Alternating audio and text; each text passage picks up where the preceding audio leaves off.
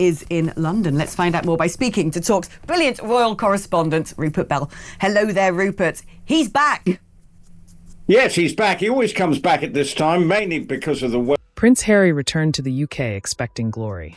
Instead, he walked straight into one of the most humiliating moments of his public life. At the WellChild Awards 2025, the Duke of Sussex, once adored for his charm and relatability, faced the ultimate catastrophe, a speech that ended in silence. No applause, no cheers, no warmth, just a deafening, soul-crushing quiet. For Harry, the message was brutal. His words no longer inspire. They exhaust. And his reaction? Rage. From the moment he arrived, the energy was different.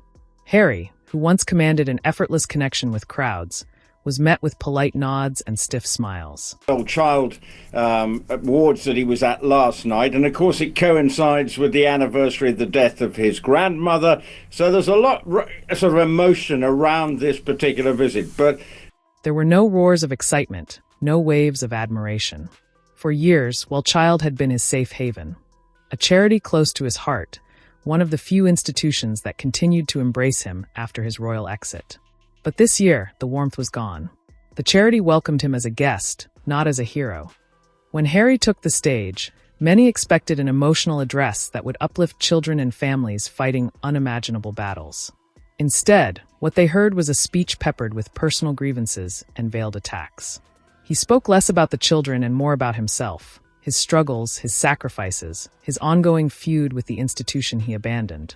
The audience shifted uncomfortably. Of course, he's now back. It feels like a bit of a quasi-royal tour, because not only was he doing his thing yesterday, he's then going up to Nottingham and he's doing various engagements, I think tomorrow, maybe around the Invictus Games. Parents of critically ill children, who endure daily hardship with courage, came to celebrate resilience, not listen to Harry's never-ending victim narrative. By the time he concluded, the disconnect was undeniable. And then it happened.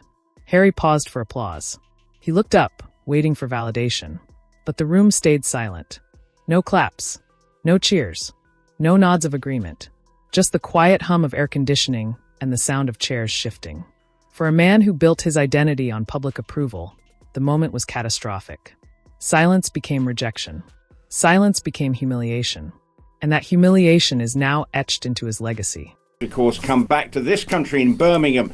So it is a little bit of a royal tour. There's obviously speculation that he might meet his father, who is rumoured to be flying back to London tomorrow, so maybe they can... Insiders report that Harry was livid backstage. Instead of reflecting on the content of his speech, he allegedly lashed out, blaming organizers, accusing the audience of being cold, and insisting the event had been mismanaged. One aide described him as red with anger, muttering that the British don't want him to succeed. But critics argue the truth is simpler. The British public has grown weary of Harry's contradictions. They no longer see a champion of the people. They see a privileged man who cannot let go of grievance, even in a room meant to honor children facing far greater struggles. And then there's Meghan Markle. She was nowhere to be seen. Once, her absence would have been headline news. This time, many saw it as a calculated move. Some sort of meeting, and obviously he's talking about, as he mentioned last night, his issues with his brother in a throwaway comment. So it feels a bit like there's a PR battle going on between the... Meghan's presence often overshadows Harry, but her absence left him standing alone, unshielded, vulnerable, and visibly out of his depth. Some commentators suggest Meghan anticipated the cold reception and avoided sharing in the embarrassment. Others argue it was yet another reminder that the Sussexes' unity is only visible when cameras promise a payout. Either way, Harry stood on that stage utterly alone, and the silence that followed his words became his burden to carry. Prince Harry once believed his voice was powerful enough to inspire millions. But at the WellChild Awards 2025, he discovered the painful truth. Respect, once lost, cannot be demanded. It must be earned. And in the country he abandoned... Two brothers, because they both are out on the road and seeing... and William was with his wife yesterday, and William's going to be in southwest East London, I think, today. So there's quite a lot of stuff going on at the moment. I don't know whether on purpose or... His speeches no longer echo with admiration, only with silence. Silence that enrages him. Silence that defines him. Silence that tells the world his time as the people's prince is over. Observers quickly tied the cold reception to the ongoing rift with the royal family. Harry's relentless attacks in Spare and his Netflix specials painted him as a victim of cruelty and neglect. But the British public has grown weary of his grievances. When Harry took the stage in London, he wasn't seen as a royal returning home. He was seen as the outsider who turned on his own blood. The silence wasn't just about his speech. It was about years of betrayal, years of conflict, years of burning bridges that can no longer be rebuilt. WellChild is a charity about resilience, hope, and celebrating children with serious illnesses. But Harry made the night about himself. But from William's point of view, but definitely from Harry's point of view, he's trying to create some sort of feel-good factor, and that he's not the bête noire that most of the British public seem to paint him as being. Where's the king flying back from? He's been in Scotland. Yeah. His words, critics say, were drenched in personal grievance and self-promotion. Parents in the room, who quietly endure more hardship in a single day than Harry in a year, looked on with disbelief. This was not the prince they once admired. This was a man hijacking their night of courage with his never-ending saga of bitterness. And the audience's silence was their verdict. The media wasted no time. Humiliation for Harry, blared the Daily Mail. Disaster at WellChild, reported the Telegraph.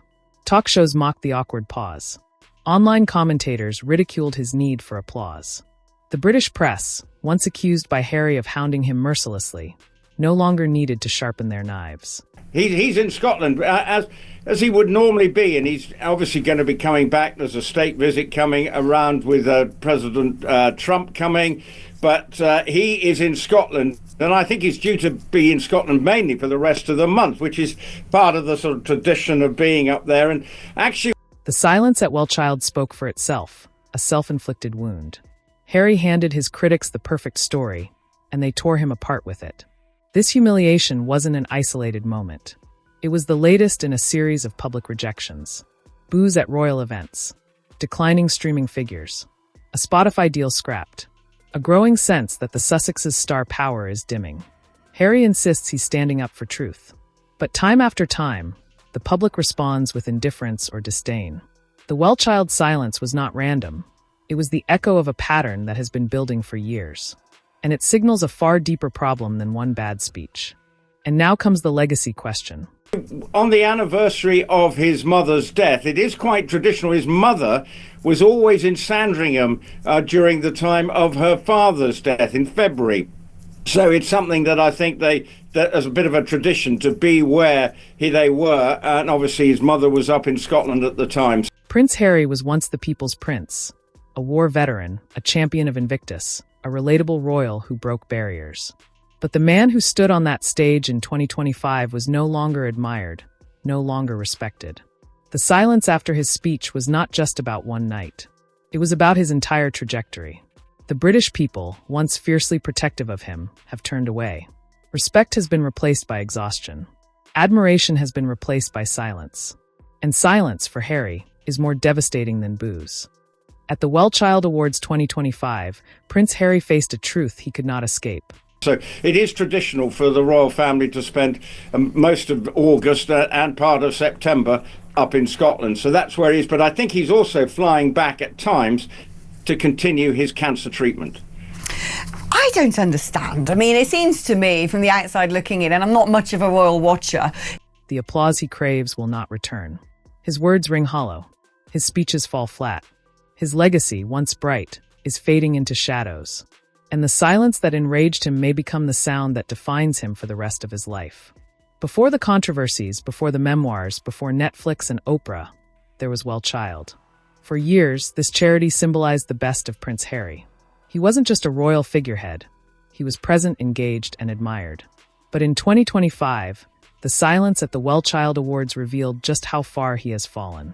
To understand the magnitude of that humiliation, we must revisit the past, a past where Harry's star once shone bright.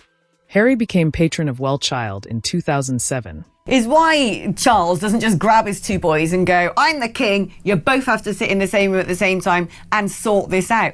But it seems to me what happens is it's sort of the royal households via all of their apparatchiks just communicate with each other and they don't actually talk to one another as humans. Well, that might, on the face of it, seem. Following his mother, Princess Diana's example of championing vulnerable children, he threw himself into the role. He met families privately, attended award ceremonies, and spent time with children fighting for their lives. His warmth and humor made him a natural fit. For over a decade, Harry's association with WellChild was not political, not controversial, not self-serving. It was real. It was one of the few areas where the public and the press agreed. This was the best of him. In 2019, Harry gave one of his most emotional speeches at the awards, tearing up while talking about Meghan's pregnancy with Archie. The audience erupted in applause.